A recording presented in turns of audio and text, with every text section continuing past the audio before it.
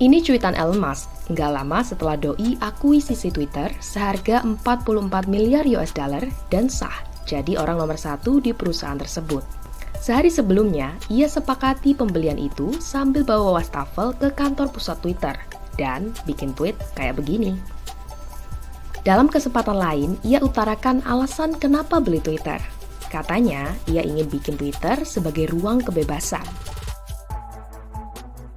Intinya, dengan beli Twitter, Musk ingin berkontribusi untuk masyarakat dan kemanusiaan. Tapi, kontribusi seperti apa sih yang ia maksud?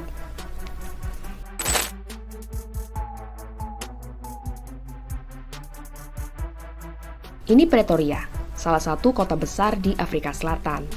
Di kota ini, pada 1971, Musk lahir dari keluarga keturunan AS. Saat Musk lahir, Afrika Selatan masih terjerat segregasi ras. Musk cenderung aman lantaran keluarganya kulit putih. Secara ekonomi juga masuk kelompok kelas menengah atas. Dengan kondisi kayak begitu, Musk menghabiskan masa kecilnya dengan nyaman. Ortunya, misal belikan ia perkakas komputer di saat enggak banyak orang yang bisa punya. Komputer ini Musk pakai main game. Ia juga belajar BASIC, sebuah bahasa pemrograman. Dalam jangka waktu 2 tahun, Musk kecil berhasil bikin game sendiri. Ia kasih judul Blastar. Cerita dalam game ini kurang lebih petualangan untuk hancurkan kapal alien. Gak cuma bikin game aja, Musk kecil juga sempat buat senyawa kimia dibantu komputer yang dapat meledak dengan sendirinya. Testimoni Musk waktu itu keren. Di usia kepala 2, Musk memutuskan balik ke kampung leluhurnya, Amerika Serikat. Di tanah leluhur ini, Musk kian berkembang sebagai technopreneur. Mula-mula, Musk mendirikan Zip2, aplikasi buku kuning yang sediakan nomor telepon beserta alamat orang-orang sekitar. Dari Zip2, Musk kembali mengembara lewat aplikasi pembayaran online PayPal sebagai pemegang saham terbesar. Ketika PayPal dibeli eBay seharga 1,5 miliar US dollar, Musk ketiban untung besar. Uang itu kemudian dijadikan Musk modal untuk berekspansi dengan mendirikan SpaceX, berinvestasi ke Tesla, membangun Solar City, hingga The Boring Company yang getol promosikan ide alat transportasi super cepat bernama Hyperloop. Kehadiran Musk di dunia teknologi banyak disebut hendak merevolusi apa yang sudah ada. SpaceX contohnya dibuat untuk menggantikan roket-roket yang mahal dan enggak ramah lingkungan. Begitu pula Tesla yang didorong untuk mereduksi penggunaan bahan bakar fosil. Sementara Solar City lahir agar energi matahari bisa digunakan secara masif. Seiring waktu, gurita teknologi Musk dipakai di banyak negara. Dominasinya tertancap lewat kesepakatan antara dirinya mewakili perusahaan dengan pemerintahan negara bersangkutan. Ini terlihat di Cina, tatkala Musk dapat karpet merah oleh rezim Xi Jinping. Pada 2018, Tesla dan Cina menjalin persetujuan untuk mendirikan pabrik di Shanghai. Nggak hanya itu, pemerintah Cina juga berikan Tesla insentif pajak sampai pinjaman berbunga rendah, dengan harapan keberadaan perusahaan ini mampu dorong geliat mobil listrik dalam negeri yang tengah lesu. Hasilnya pun dinikmati kedua belah pihak.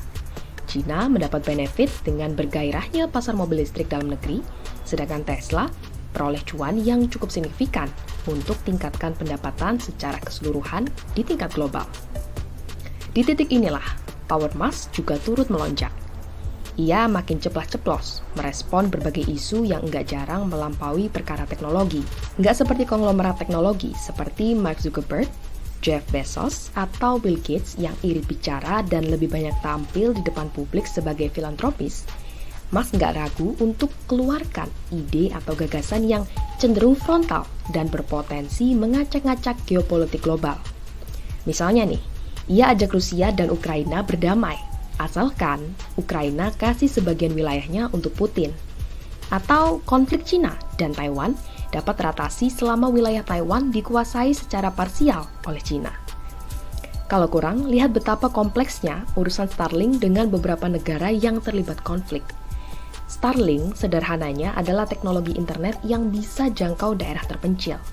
Dalam konteks sekarang, Starlink punya peran penting bantu tentara Ukraina hadapi militer Rusia.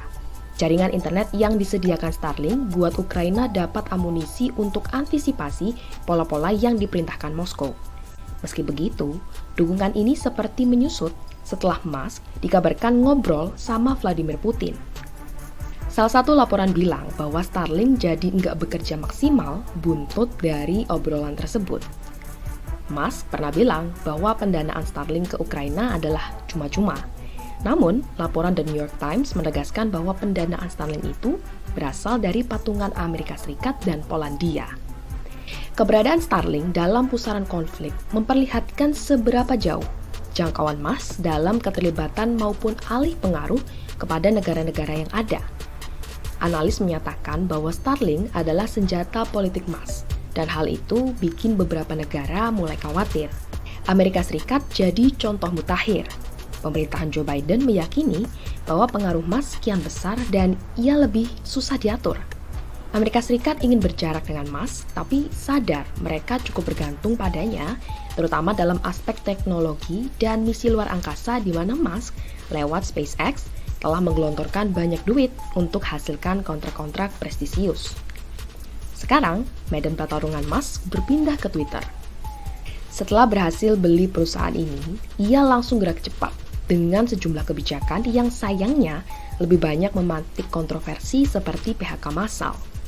Jeremy W. Peters, jurnalis The New York Times pernah bilang, kalau meski Musk mendaku diri sebagai seorang libertarian atau pemuja kebebasan, pada dasarnya ia juga sosok yang pragmatis, dalam arti mementingkan diri sendiri lebih dari apapun. Ketika ia berbicara soal menciptakan kehidupan yang lebih maju, di titik inilah kita seharusnya mempertanyakan, maju untuk siapa? Maju untuk kepentingan Mas sendiri?